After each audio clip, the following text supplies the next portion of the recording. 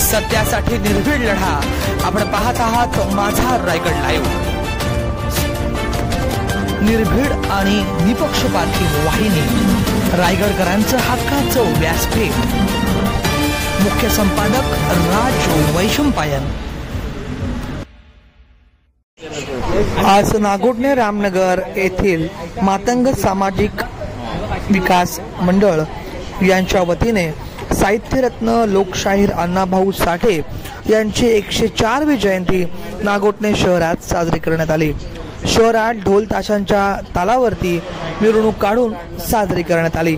ही मिरवणूक स्वामी समर्थ मठ खडकाळी येथे आली असता रामनगर मधील पुरुष व महिला वर्गाने अत्यंत उत्साहवर्धक नृत्य सादर केले। व्हिडिओ जर्नलिस्ट संदेश गायकर सह राज वैशंपायन, माझा Raigad live special report Nagothane.